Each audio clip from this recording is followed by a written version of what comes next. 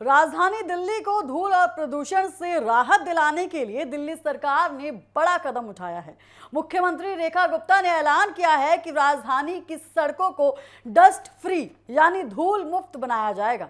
Green belt विकसित की जाएगी, जिसके साथ ही सड़कों के रखरखाव और प्रदूषण नियंत्रण के लिए नई तकनीकों का इस्तेमाल किया जाएगा। सरकार का दावा है कि इस योजना से न केवल प्रदूषण कम होगा, बल्कि दिल्ली की सड़कों की तस्वीरें भी बदल जाएंगी। दिल्ली में हर साल सर्दियों के मौसम में प्रदूषण एक बड़ी चुनौती बनकर सामने आता है। वाहनों का धुआं, निर्माण कार्यों से उड़ने वाली धूल और सड़कों की धूल राजधानी की हवा को खराब करने में अहम भूमिका निभाती है।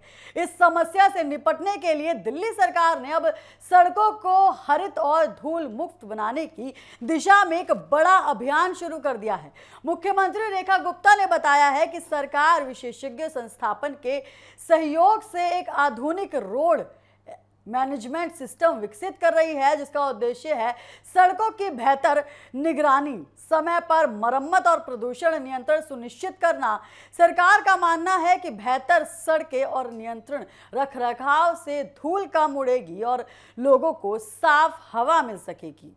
योजना के तहत कई प्रमुख सड़कों के किनारे ग्रीन बेल्ट विकसित की जाएगी।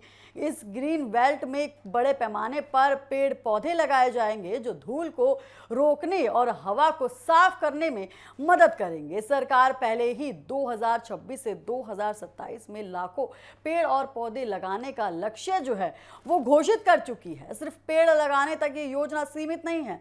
सड़कों पर आधुनिक स्पीकिंग मशीनें, पानी की छिड़काव की व्यवस्था और उसके बाद जो है यहाँ पर कई सारे प्रयोग जो है सरकार करती नजर आ रही है। और इन सभी गतिविधियों की निगरानी डिजिटल सिस्टम और तकनीकी के जरिए की जाएगी, ताकि काम में पारदर्शिता बनी रहे। दिल्ली सरकार ने अपनी ग्रीन बजट में भी पर्यावरण संरक्षण को प्राथमिकता दी है।